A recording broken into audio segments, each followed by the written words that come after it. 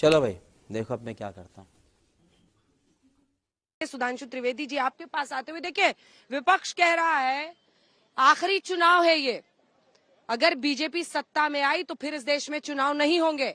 यहाँ तो संविधान बदलने की तैयारी है जिसका वो आरोप लगा रहे हैं। कह रहे हैं कि चुनाव में तमाम राजनीतिक पार्टियों को बराबरी का प्लेटफॉर्म ही नहीं मिल रहा, क्योंकि आपने चंदे से लेकर तमाम एजेंसियों को अपने इशारे पर नचाया है। सुधांशु जी देखिए, बीजेपी के बारे में पिछले 30-35 सालों से अनेक बार अनर्गल प्रचार किए गए। 90 के दशक में कहा गया आएंगे तो खा जाएंगे, फिर कहा गया आएंगे तो मल्टीनेशनल कंपनियों को भगा देंगे। हम आए भाजपा के दौर में इकोनॉमी और ग्रोथ की, फिर मोदी जी आएंगे तो खा जाएंगे, मुसलमानों को खा जाएंगे। आज स्थिति ये कि वो सबसे बेहतर स्थिति में आए। परंतु मैं एक बात कहना चाहता हूं, ये सच है, इन पार्टियों के मंसूबों के लिए यह आखिरी चुनाव साबित हो रहा है। वो सारी पार्टियां जो वास्तविकता में राजतंत्र का प्रतिनिधित्व करती हैं, केवल लोकतंत्र की कलगी लगाकर, इसे फिग लीफ कवर कहते हैं, उनको लग रहा है कि वो परिवारवादी राजतंत्र अब समाप्त होने की तरफ है। और मैं ईमानदारी से कहना चाहता हूं, ये सारी पार्टियां वो जिन्होंने अपनी पार्टी का संविधान बदल रखा है। हमारी पार्टी के संविधान में लिखा है कोई व्यक्ति 2 बार से ज्यादा राष्ट्रीय अध्यक्ष नहीं रह सकता, परंतु इन सारी पार्टियों ने वो क्लॉज हटा रखा है, किसी ने अपनाया नहीं। इसलिए इवन आम आदमी पार्टी में ये क्लॉज था कि वो 1 बार ही रह सकता है अध्यक्ष, और अब उन्होंने 2021 में संविधान संशोधन करके हटा दिया। तो ये सारी पार्टियां अंजना जी वो हैं जो शी जिनपिंग मॉडल की तरह जिसको चाहे वो ताजिंदगी पार्टी का राष्ट्रीय अध्यक्ष रह सकता है, और लगभग सारी पार्टियों के राष्ट्रीय अध्यक्ष और या उनका परिवार ताजिंदगी है, या वास्तविक सत्ता का सूत्र उनके हाथ में ताजिंदगी है। तो संविधान वास्तविकता में खतरे में किसके आने से होने वाला है ये सबको पता है। अब आते हैं उसके ऊपर लेवल प्लेइंग फील्ड के ऊपर। तो मैं याद दिला देना चाहता हूं, आज सोनिया जी राहुल जी जिस मुद्दे को लेकर मुचलके पे है, वो अक्टूबर 2013 में हुआ था दिल्ली हाई कोर्ट पे, नेशनल हेराल्ड केस। हमारी सरकार नहीं थी, कनिमोझी और ए राजा सारी बातें कोर्ट पे हुई। तो मैं पहली बात करूं कि सरकार ने कोई निर्णय लिया। 2011 में जेल गए, हमारी सरकार नहीं थी। 2010 में कालमाड़ी जेल गए, हमारी सरकार नहीं थी। 2006 में शिबू सोरेन जेल गए, हमारी सरकार नहीं थी। 2000 में करुणानिधि जेल गए, 97 में लालू यादव जेल गए, 96 में जयललिता जेल गई, झारखंड मुक्ति मोर्चा रिश्वत कांड 1994, राजीव गांधी पर आरोप लगा 1987, FIR हुई 1990। ये बताइए कौन था? ये तो जेल आते जाते रहे 30-35 साल में, और आज हमारे ऊपर आरोप लगा रहे हैं कि साहब ये सब कुछ अब के बाद हुआ है। इसलिए मैं बताना चाहता हूं, हमारी सरकार आने से पहले कि एक लोकसभा बता दे जब इनकी पार्टियों के किसी न किसी नेता ने भ्रष्टाचार के किसी न किसी आरोप में कोर्ट के आदेश पे, इनकी सरकार ने कोई निर्णय नहीं लिया था, सब कोर्ट के आदेश पे, कोर्ट कचहरी के चक्कर न काटे हो, जांच एजेंसियों के चक्कर न काटे हो। इसलिए समझा जा सकता है जिन्होंने अपनी पार्टी में संविधान को ध्वस्त कर दिया है, जिन्होंने सदैव भ्रष्टाचार का साथ दिया है और आज तो इस सीमा तक है। मैं पूछना चाहूंगा सुरेंद्र राजपूत जी से और प्रियंका जी से, आपकी इंडी गठबंधन की साझेदार पार्टी कम्युनिस्ट पार्टी ने तो कहा है कि भारत का न्यूक्लियर जो वो है आर्सेनल, वो समाप्त कर देंगे। गजब है साहब, चाइना की न्यूक्लियर होने का स्वागत किया था उन्होंने 1964 में कम्युनिस्ट पार्टी ने। अब कहते हैं भारत के आणविक शस्त्र समाप्त कर देंगे, चूंकि हम, वाह, इधर भी आणविक ताकत उधर भी आणविक ताकत। सोचिए देश के लिए लोग क्या करना चाहते हैं। प्रियंका जी आपके पास आते हुए, बीजेपी का ये कहना, और प्रधानमंत्री ने भी अपने इंटरव्यू में कहा कि पहले बीजेपी से डराते थे कि राम मंदिर के लिए कहते हैं राम मंदिर बनेगा तो यहाँ ये हो जाएगा वो हो जाएगा, कुछ नहीं हुआ। अनुच्छेद 370 पर डराते थे कि अनुच्छेद 370 अगर हटा दिया तो कश्मीर में बवाल हो जाएगा, कुछ नहीं हुआ। अब चूंकि ये सब खत्म हो गया है तो ये कहा जा रहा है कि बीजेपी आई तो चुनाव ही नहीं हो पाएगा देश में, बीजेपी आई तो संविधान बदल जाएगा, लोकतंत्र खत्म हो जाएगा। पीएम कह रहे हैं कि संविधान जिंदाबाद था, है, रहेगा। प्रियंका जी तो 2 चीजें कहूंगी। सबसे पहले प्रजातंत्र हट जाएगा तो मैं आपको एक उदाहरण देती हूँ। आपको पता है अभी रशिया में चुनाव हुए थे, कुछ दिन पहले ही चुनाव हुए हैं, और 75% वोट या आई थिंक 85% वोट से पुतिन जीते थे। आपको पता है वहां पे चुनाव में क्या होता है, जो विपक्षी दल के नेता होते हैं उनको सबको हिरासत में कर दिया जाता है, या उनको ऐसी सजा सुनाई जाती है कि उनकी हिरासत में ही मौत हो जाती है। पर इलेक्शन होता है, तो एक होता है प्रजातंत्र में फ्री एंड फेयर इलेक्शन होना, एक होता है पुतिन स्टाइल इलेक्शन होना।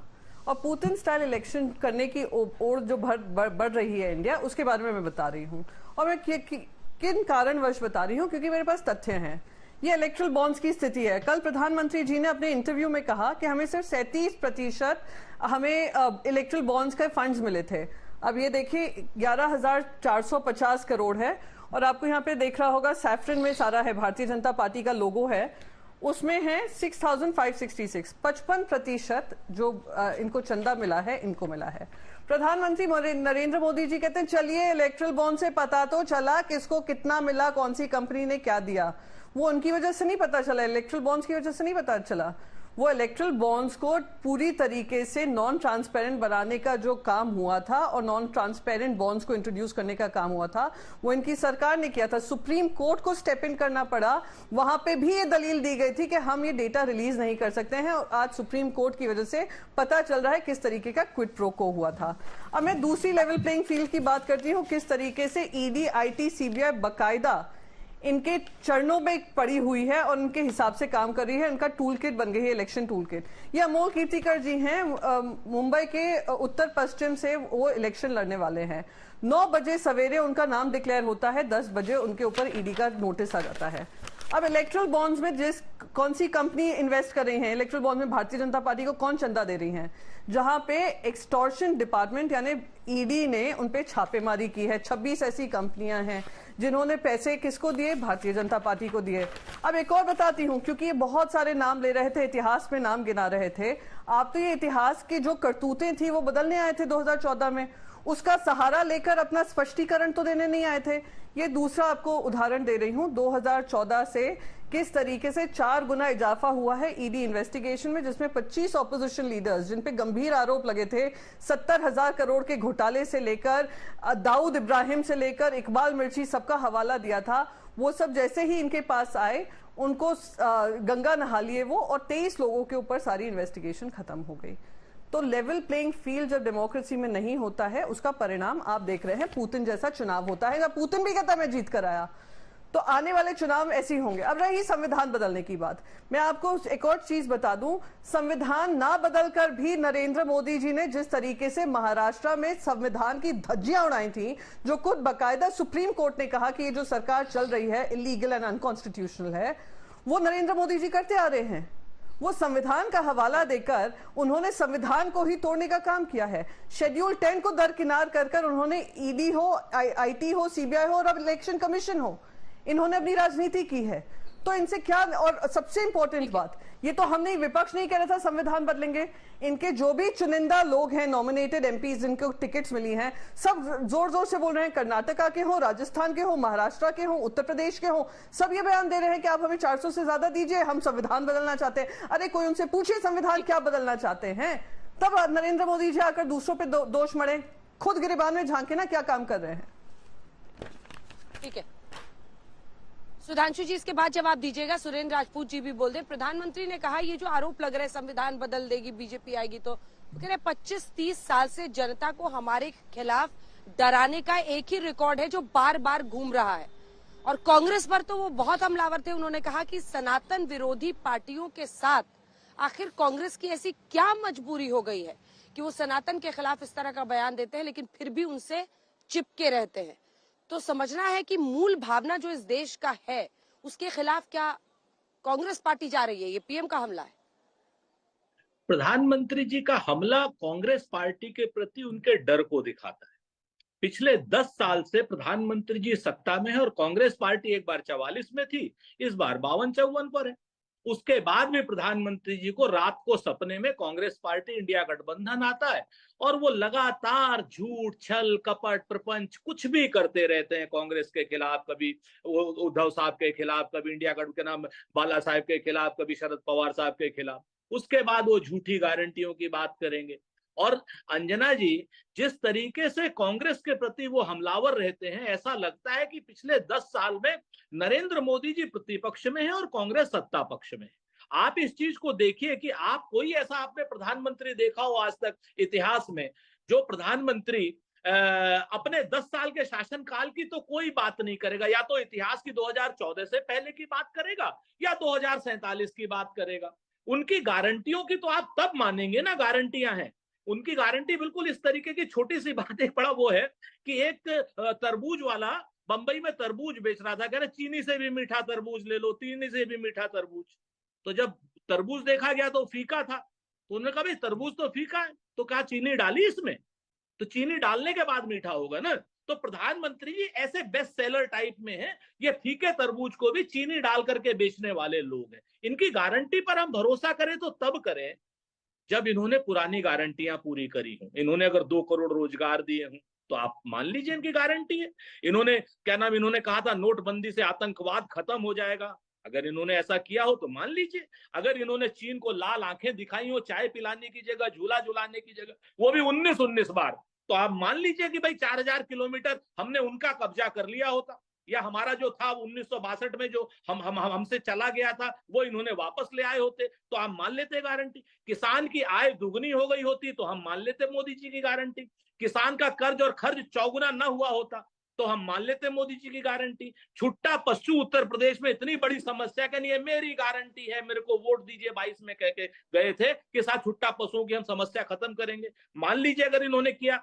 अगर इन्होंने भ्रष्टाचारियों को धो पहुंच करके अपनी पार्टी में ना शामिल किया होता, अजीत दादा से ले लो, हसन मुश्रिफ से ले लो, हेमंता बिस्वा शर्मा से ले लो, मतलब एक सीरीज है लंबी, छगन भुजबल से ले लो, सभी लोगों को पहले ईडी के से डराएंगे, सीबीआई से डराएंगे, उसके बाद उनके ऊपर छापा मारेंगे, 75,000 करोड़ का आप आरोपी बताएंगे, फिर उनको कहेंगे कि हम सारे भ्रष्टाचारियों को भारतीय जनता पार्टी लेकर के कहती है हम दुनिया की सबसे ईमानदार पार्टी है। तो इस तरीके की भाषा का जब प्रधानमंत्री जी उपयोग करते हैं और सुधांशु जी जैसे लोग जब इसका समर्थन करते हैं तो सुधांशु जी की विद्वता पे भी प्रश्न चिन्ह लगते हैं। जैसे एंटायर पॉलिटिकल साइंस वाले हो जाते हैं लोग, उसी तरीके की सुधांशु जी की भी विद्वता पर प्रश्न चिन्ह लग जाते हैं कि भाई ऐसे लोगों को आप क्यों वो कर रहे हो, आप लोग कैसे ऐसे लोगों को।